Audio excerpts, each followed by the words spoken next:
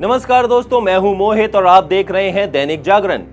भारत की विदेश नीति का जलवा इस समय पूरी दुनिया में देखने को मिल रहा है। एक तरफ जहां डोनाल्ड ट्रंप भारत की वाहवाही कर रहे हैं, तो वहीं रूस के राष्ट्रपति व्लादिमीर पुतिन भी इसमें पीछे नहीं हैं। हाल ही में रूस के राष्ट्रपति व्लादिमीर पुतिन ने भारत की जमकर तारीफ की है।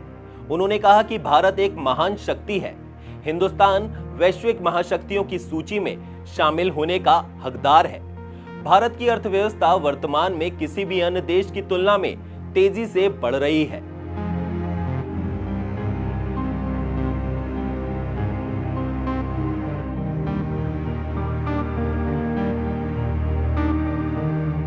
पुतिन ने कहा कि रूस भारत के साथ सभी दिशाओं में संबंध विकसित कर रहा है।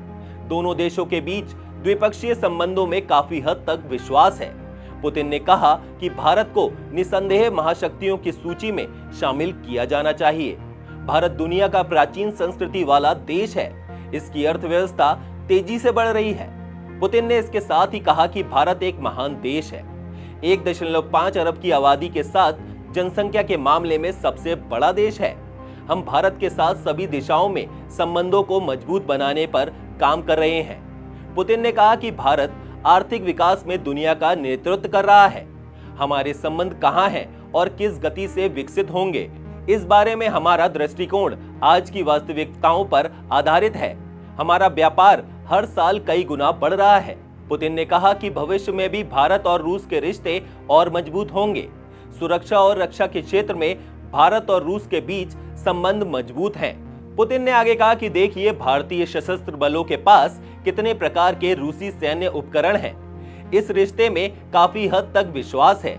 हम भारत को सिर्फ अपने हथियार नहीं बेचते हैं, बल्कि हम दोनों देश मिलकर इन हथियारों को डिजाइन भी करते हैं।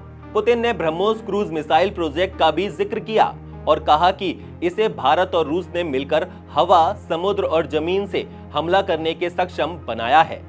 पुतिन ने कहा कि भारत की सुरक्षा से जुड़ी यही परियोजनाएं जारी रहेंगी। उन्होंने कहा कि ये परियोजनाएं भारत और रूस के बीच आपसी विश्वास और सहयोग के उच्च स्तर को दर्शाती हैं। पुतिन ने यह भी कहा कि हम निकट भविष्य में भी भारत के साथ काम करते रहेंगे।